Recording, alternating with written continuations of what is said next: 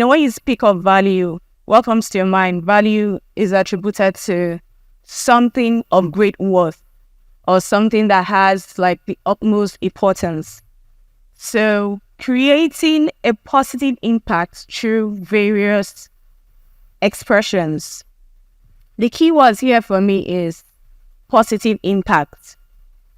And the need to create a positive change in everything and anything I do as a creative has been my driving force throughout my journey.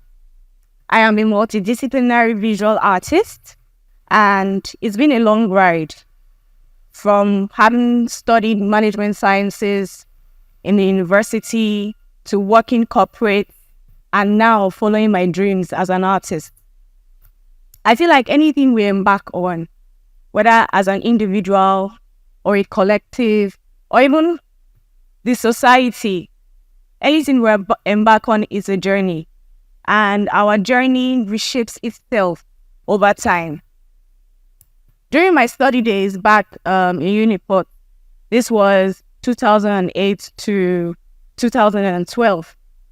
Whenever I take a trip to the library, because it's always best to go to the library in the morning, I usually pass the fine arts department because it's just on the same route to the library.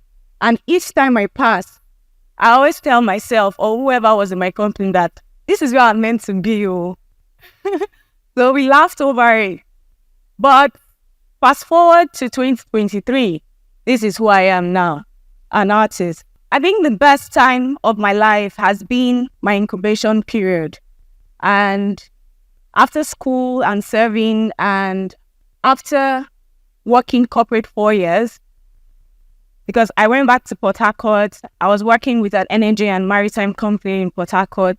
But for some reason, I had time for introspection. And I asked myself, is this really where I wanted to be? Yes, the pay was okay for an entry-level HR admin officer at the time.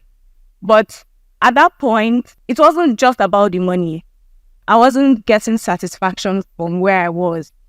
And being someone who was more of a conservative, and I would say back then I was an introvert. So I needed my voice to be heard through a medium, and that medium was going to be art. And I knew I couldn't do that within the confines of an office space or working 9 to 5. And that is when my journey started. In 2017, when I took the courage to leave corporate, come to Benin, and start practicing art full time. And I call it the incubation period because this was like moving from being sure of a salary at the end of the month to going an entire year without any income.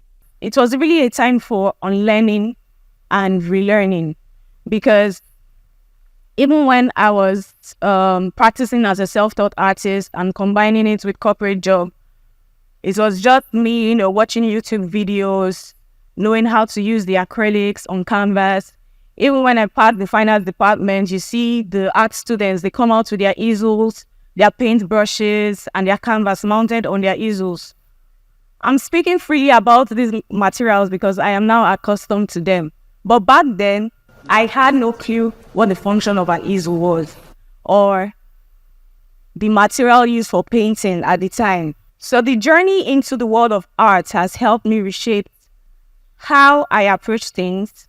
My craft constantly evolves to worldview perspectives of how the environment and the society, reshapes people and affects the human mind and individual personalities. The beautiful thing about going on a journey, whether we like it or not, we all seated here, we're telling a story. Whatever position you find yourself, in that office, as a student, whatever you are doing, you are telling a story. And the beautiful thing is that you have the power to rewrite your story better than it was on the last page. Better still, if your story is not aligning with, your dreams, your visions, your goals, you can tear the book and start writing another book. It's your story. Just the same way we say locally, you have the cutlass and the yam. Do what you want with it. So I feel like that's how art made me approach life over time. Maybe by now I would have been a top executive in some company, or maybe not. But at that time, that was not what I was thinking about. All I wanted to do was practice art. For me, the turning point came when I connected with my cultural roots in Benin City.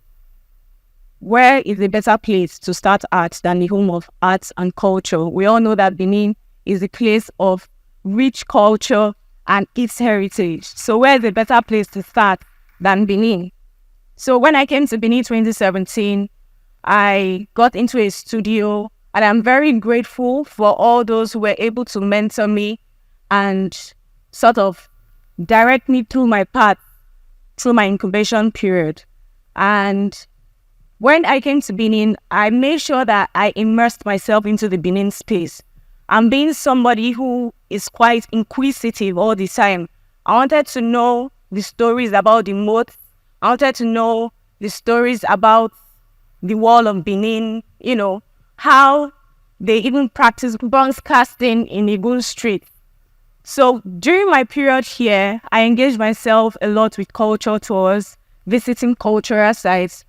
I made sure I went to Igun Street at least once every week.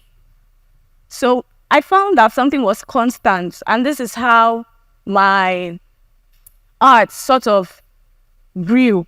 So this is my growth journey. Because as a self-taught artist, I was engaged in fluid painting. And when you ask an artist who studied art in school, they'll tell you, oh, fluid painting is accidental painting. You just put the paints and you mix it and it gives you anything. But when I came to Benin, and with seeing everything people were doing, I wanted to have some sort of uniqueness. I wanted to advance in what I was doing. I wanted to learn more. So I found out something was constant, and that was the Benin red earth. Because if you look at the process of bronze casting, they use the red earth to create their core before you cast. You look at terracotta, the earth is there. Even the largest earthwork known to man, which is the Great Wall of Benin, is being erected by the Benin red earth as well. So I wanted to take this heritage and infuse into my contemporary style of painting. And that's what brought about my sand paintings, as you can see on the screen. Yeah. So after I advanced on my skills, I asked myself, what story should I be telling? Should my art be just art for art's sake? I wanted it to be more. I wanted it to have depth. And when they say you are an artist is one who should document his or her times. And I wanted my art to speak of my identity, and I wanted my art to speak of the modern day realities we all face in society. So the first step I took was, like I said, looking inward and taking responsibility. And next thing was to evaluate what I was doing. And the next thing was to unlearn to relearn. So I feel like transformation involves unlearning limiting beliefs.